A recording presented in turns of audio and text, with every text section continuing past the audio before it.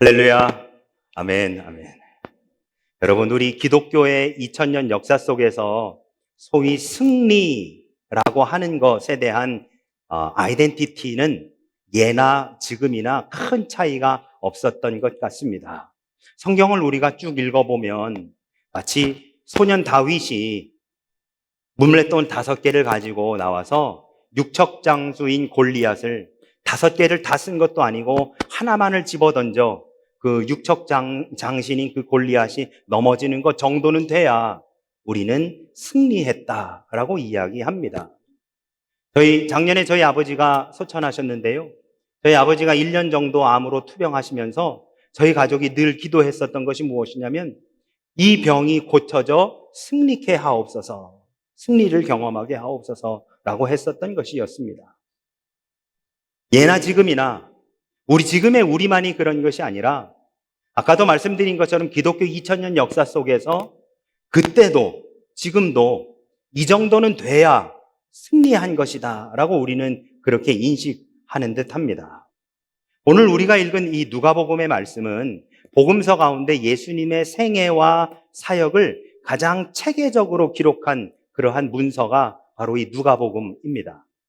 우리는 흔히 누가 하면 사도 바울의 주치의로서 사도 바울의 전도 여행을 같이 따라다니며 그의 행적을 기록했었던 의사라고 그렇게 이해합니다만, 이 체계적이고 그리고 역사적으로 잘 정리된 문서를 학자들이 연구하며 누가는 의사라기보다는 역사가가 아닐까라고 하는 학자들도 없지 않아 존재합니다. 더불어서 제가 몇 차례 말씀드렸지만 누가는 휴머니스트입니다.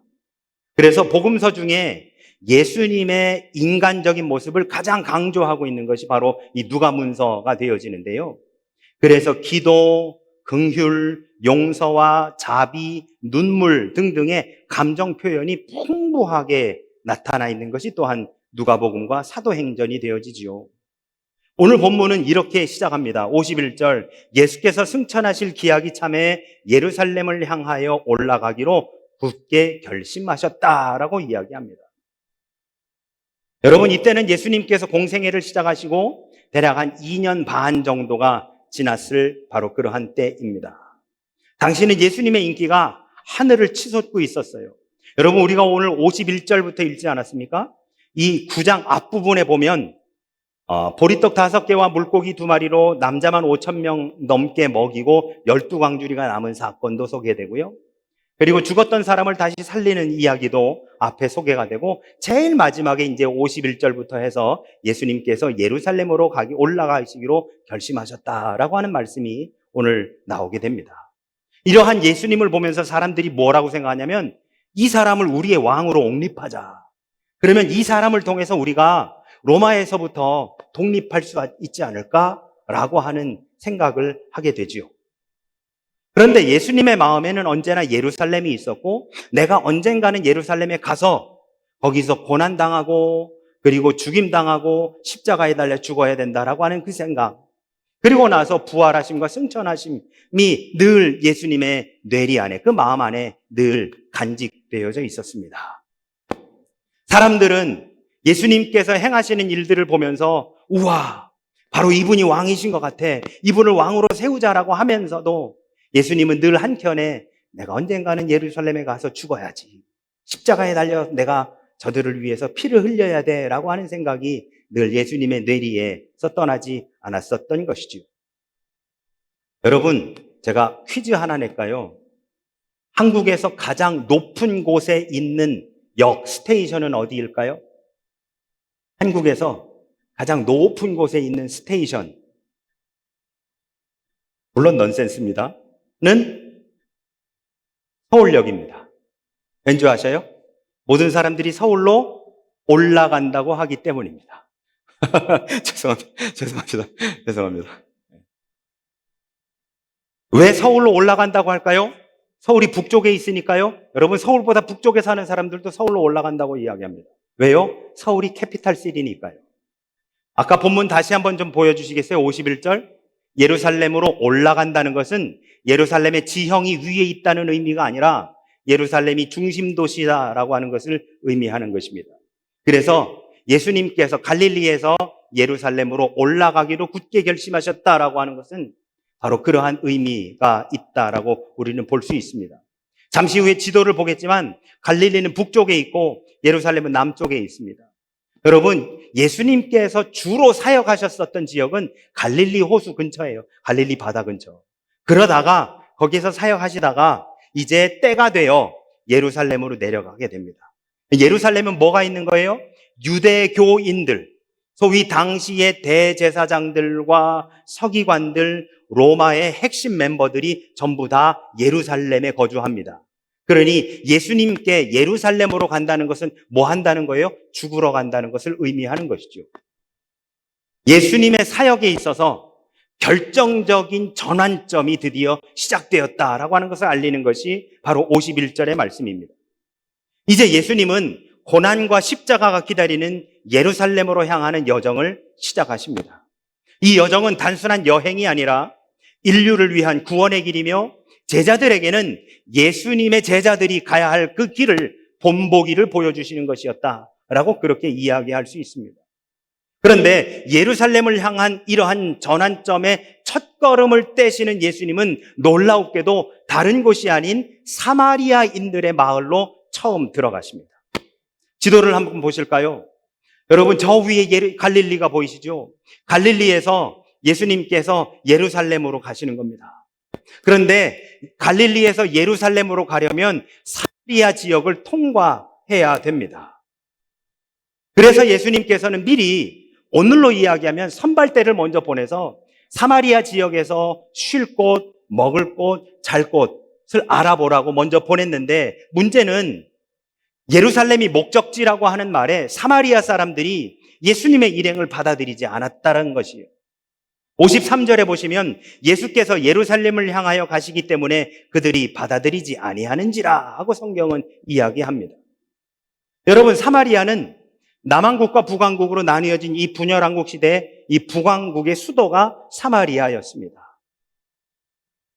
분열왕국 시대부터 이방 여왕과의 결혼을 통해 이방 문화와 그리고 우상 숭배가 만연했었고, 심지어는 여호와 하나님을 섬기는 자들이 우상 숭배자들에게 핍박을 당하는 일들이 비일비재하게 벌어졌었던 것이 바로 이 북쪽 사마리아 지역입니다. 게다가 사마리아 사람들은 그로부터 200년쯤 뒤에 바벨론 포로에서 되돌아와 이스라엘 땅에 성전을 지으려고 하는 사람들을 방해하고 반대하고 회방했던 사람들이 바로 이 사마리아 사람들입니다.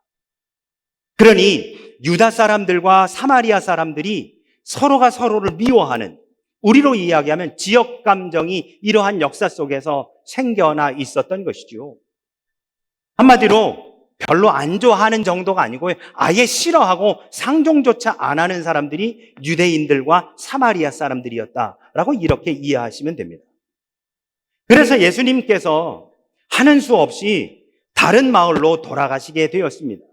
이에 제자들이 화가 났습니다. 54절에 보시면 제자 야고보와 요한이 이를 보고 이르되 주여, 우리가 불을 명하여 하늘부터 내려 저들을 멸하라 하기를 원하시나이까? 라고 예수님께 여쭤봅니다. 여러분, 우리 지난주에 열왕기상 19장의 말씀을 나누면서 엘리야 선지자와 그리고 바알과 아세라를 섬기는 850명의 선지자 양쪽에 단을 쌓고 누가 진짜 살아있는 신인지 기도하여 어느 단 위에 먼저 불이 떨어지는지 경쟁해서 결국에는 이 여호와 하나님의 제단에 불이 떨어지고 850명의 바알과 아세라 선지자의 제단은 멀쩡했었던 것을 우리 지난주에 함께 나누었지요. 이 일이 일어난 곳이 어디죠? 이 일이 일어났던 곳이 갈멜산입니다. 갈멜산. 그러면 여러분, 갈멜산이 어디냐? 지도를 다시 보시죠. 갈릴리에서 사마리아로 내려가는 길에 지중해 연안 쪽에 있는 산이 바로 갈멜산입니다. 그러니까 갈릴리에서 사마리아 그 사이에서 바닷가 쪽에 있는 산이 바로 이 갈멜산이라는 곳이에요. 결국 사마리아 바운더리 안에 이 산이 있는 겁니다. 야고보와 요한이 성질에 나가지고 무슨 얘기를 하냐? 우리가 불을 명하여 하늘로부터 내려서 저들을 멸하라고 기도하리이까? 라고 예수님께 물은 것은 자신들을 받아들이지 않는 바로 그 사마리아 사람들을 무엇이라 여기느냐? 엘리야 때에 바알과 아세라를 섬기던 바로 그 사람들. 그래서 그 자리에서 거기에 불이 떨어지지 않고, 그리고 이 여호와의 단에 불이 떨어져 결국 엘리야와 주변의 사람들에 의해서 전부 다 처단을 받았었던 그 바알과 아세라를 섬기던 그 사람들처럼 이 사마리아 사람들도 그렇게 만들리까? 라고 지금 그렇게 물어보고 있는 겁니다. 이에 예수님께서 뭐라고 하시느냐? 55절과 56절에서 저들을 꾸짖으십니다. 예수께서 돌아보시며 꾸짖으시고 함께 마을로 가시니라. 예수님은 분노와 보복이 아닌 자비와 용서를 선택하십니다. 여러분 혹시 성경책 가지고 계십니까? 페이퍼북도 상관없고요. 어플리케이션도 상관없고요. 한번 펼쳐보시죠. 누가복음 9장 55절입니다. 누가복음 9장 55절을 다 함께 한번 찾아보시죠. 55절에 찾으시면 거기 꾸짖으시고라고 하는 단어 옆에 각주가 있을 겁니다, 여러분. 각주가. 한번 찾아보시죠. 찾으셨나요? 어플리케이션, 저는 그 가피풀 성경을 보는데요. 가피풀 성경에서는 그 각주가 열리더라고요. 무슨 내용인지. 네. 이런 내용입니다. 네. 못 찾으신 분들 화면을 한번 보시죠. 어떤 고대 사본에는 55절 끝에 다음 말이 있음. 이르시되 너희는 무슨 정신으로 말하는지 모르는구나. 인자는 사람의 생명을 멸망시키러 온 것이 아니요 구원하러 왔노라 하시고. 이 말씀이 어떤 사본에는 있고 어떤 사본에는 없다는 것을 각주로 표시해 놓은 겁니다. 55절에. 꾸짖으시면서 뭐라고 하신 거예요? 인자는 사람의 생명을 살리러 온 것이지 멸망시키러 온 것이 아니다 라고 말씀하셨다는 거예요. 즉 무력을 통해서 상대를 제어하려고 하는 것은 바른 것이 아니다 라고 말씀하고 계시는 거죠.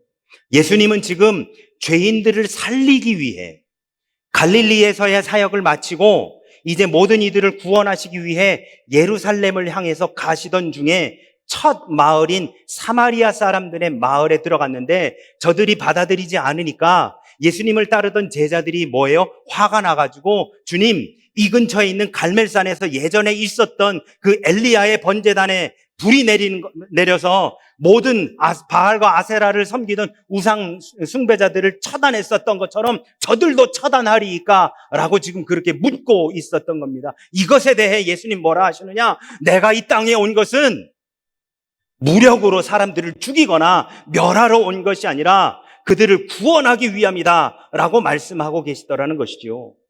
사마리아 사람들과 같이 세상 사람들에게 천대받고 무시당하는 사람들을 그 심판으로부터 구원하기 위해 내가 이 땅에 온 것이다 라고 하는 말씀입니다. 그런 예수님의 마음도 모르고 저들을 심판하여 죽이자고 말하고 있으니 야고보와 요한이 예수님께 꾸지람을 듣는 것은 당연한 일인 것이죠. 여러분, 세상에서는 우리를 교회 다닌다는 이유 하나만으로 우리를 냉대하고 모욕을 주는 사람들도 없지 않아 있습니다.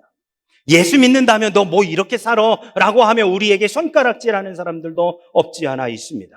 우리를 조롱하고 시험하는 사람들. 너 예수 믿는다며 이거 할 수 있어? 저거 해도 돼? 라고 하며 우리를 시험하는 그 수많은 사람들. 그러나 여러분, 죄인을 구원하기 위해 십자가를 지신 예수 그리스도의 사랑을 기억하면서 우리들은 원수를 끝까지 사랑으로 용납하고 용서해야 하는 것입니다. 그들에게 맞서서 너도 한번 해봐 라고 할 것이 아니라 오히려 그들이 우리가 그리스도인이라고 하는 바로 그 이유 하나만으로 우리를 조롱하고 무시한다 할지라도 그것을 기꺼이 받아들이셨던 예수님처럼 우리도 그렇게 해야 된다는 것이죠. 우리 그리스도인들은 배척을 당할지언정 사랑을 선택해야 합니다. 한 가지 흥미로운 사실은 누가복음에 등장하는 요한은 이처럼 불로 사람들을 심판하여 다 죽이자고 할 만큼 다혈질적인 사람이었습니다. 더군다나 예수를 따른다라고 하는 것 때문에 엄청난 영적인 엘리트 의식, 권위 의식을 가지고 있었던 사람이 바로 이 요한이라는 사람이었어요. 그런데 여러분, 훗날 예수님께서 승천하신 이후 그의 별명이 어떻게 바뀌었느냐? 사랑의 사도라고 바뀝니다. 실제로 그가 쓴 요한 1서, 2서, 3서를 읽어보면 사랑이라는 단어가 얼마나 많이 나와 있는지 우리가 읽을 수 있습니다. 예수님의 부활 승천 이후 예수님을 제대로 알지 못했었던 때와 예수님께서 부활하시고 승천하신 그 이후와 그의 삶이 180도 바뀌어졌었음을 우리는 성경을 통해서 알 수가 있지요.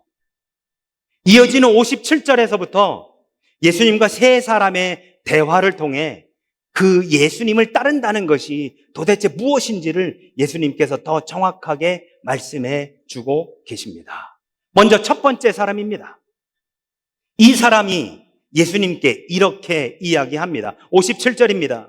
어디로 가시든지 나는 따르리이다. 예수님이 부르시기 전에 먼저 자신이 따르겠다고 예수님께 말씀드립니다. 그러자 예수님이 이렇게 대답하십니다. 58절. 여우도 굴이 있고 공중의 새도 집이 있으되 인자는 머리 둘 곳이 없도다. 여러분, 이게 무슨 말인지 아십니까? 주님, 제가 주님을 따르겠습니다 라고 했더니, 야, 나는 집도 없어, 난 차도 없어, 그래도 따라올래? 이거예요.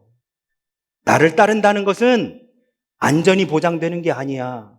나를 따른다는 것은 평안이 보장되는 게 아니야. 나를 따른다는 것은 부나 명예가 보장되는 게 아니야. 그래도 날 따라올래? 라고 물어보시는 거예요. 여러분, 오늘 우리들에게 주님 찾아오셔서 물으십니다. 그래도 나를 따라올래? 혹시 예수를 믿으면 부나 명예나 권력이나 건강이나 부요함이나 이런 것들이 동반되기 때문에 예수 믿으시는 분 계십니까? 안 됩니다. 여러분, 예수 믿으면 그게 동반되는 게 아니에요. 여우도 굴이 있고 새도 제 집이 있거늘 인자는 머리 둘 곳이 없도다. 두 번째 사람이 예수님께 이렇게 얘기합니다. 예수님이 먼저 이 두 번째 사람에게는 나를 쫓으라, 나를 따르라 라고 먼저 제안하십니다. 이에 그 사람이 뭐라 하느냐? 59절에서 이렇게 답합니다. 나로 먼저 가서 내 아버지를 장사하게 허락하옵소서.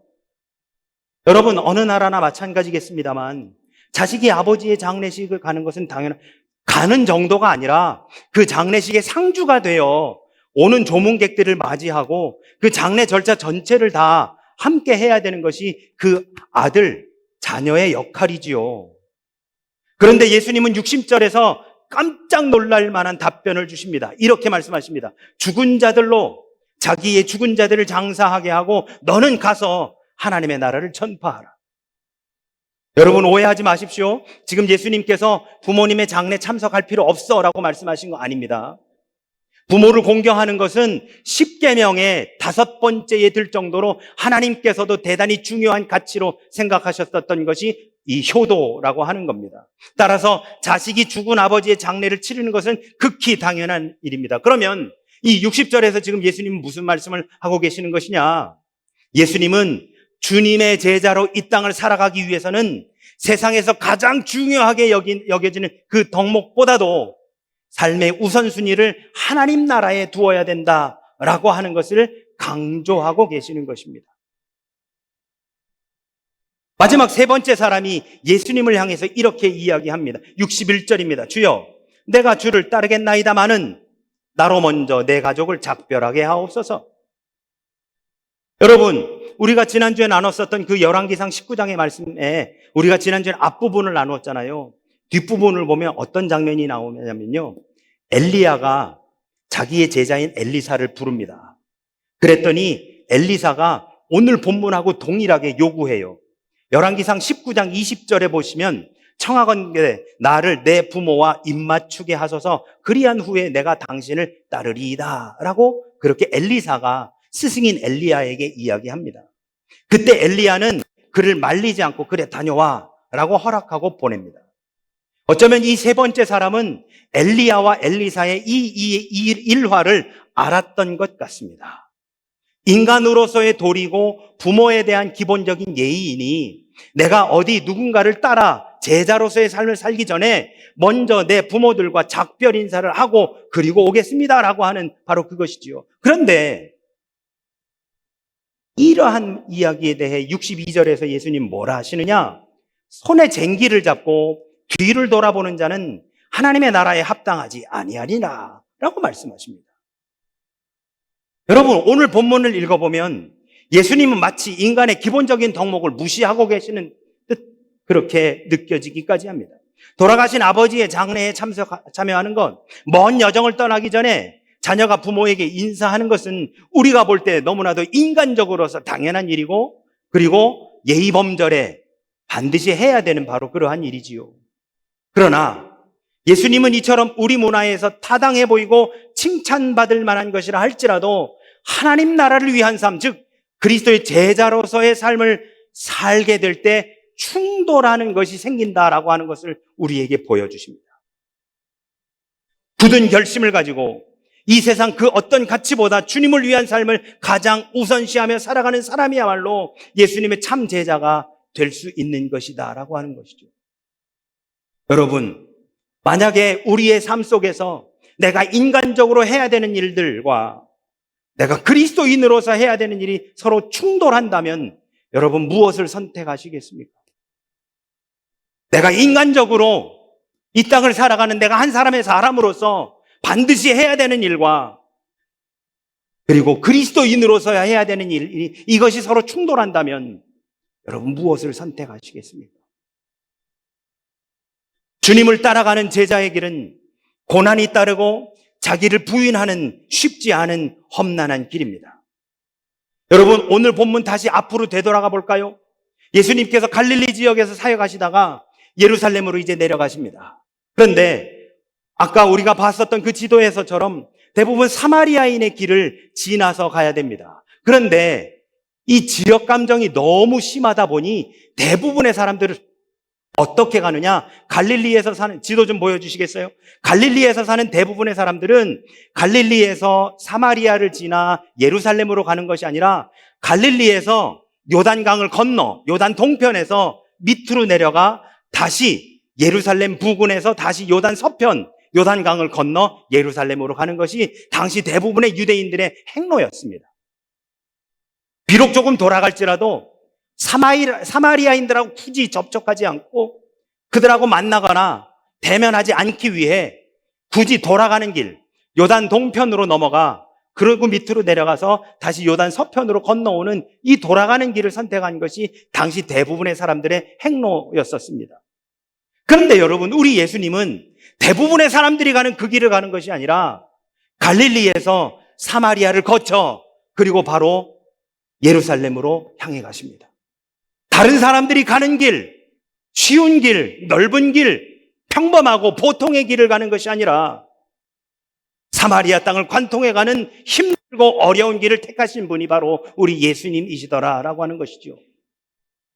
세상 사람들이 받아들이지 않아도, 세상 사람들이 조롱해도, 세상 사람들이 굳이 그렇게 해야 될 필요가 있느냐라고 손가락질 할지라도 우리 주님이 그 길로 가시는 것이 하나님의 뜻이라고 한다면 서슴지 않고 그 힘든 길을 가셨던 분, 순종하셨던 분, 그 길로 가셨던 분이 바로 우리 예수님이시더라라고 하는 것이지요. 사랑하는 우리 영광의 성도 여러분, 예수님이 가셨던 그 길을 가실 준비가 되어 있으십니까? 우리 예수님의 발자취를 따라가실 준비가 되어 있으십니까? 우리 주님이 나를 따라오라 하실 때에 주여 제가 여기 있나이다 나를 보내소서 하실 준비가 되어 있으십니까? 여러분, 때로 우리는 이 땅에서 그리스도인으로 그리스도의 제자와 자녀로 살겠다고 하면서도 사람들이 다니는 길, 평범하고 일상적인 길만을 추구하며 살아가는 것이 우리들의 모습입니다. 우리 주님이 사마리아를 거쳐서 가셨다 할지라도 주님 거기 아닌 것 같습니다. 오히려 주님께 거기가 아니라고 내 말 좀 들으시라고 하는 것이 우리들의 삶의 모습이 아니더냐라고 하는 말씀입니다. 이제는 우리의 생각을 내려놓고 주님이 가셨던 그 길을 따라가야 할 줄로 믿습니다. 다들 요단 동편 땅을 이용했었던 그 길을 주님께서는 버리시고 굳이 사마리아 땅으로 가셨었던 바로 그 주님.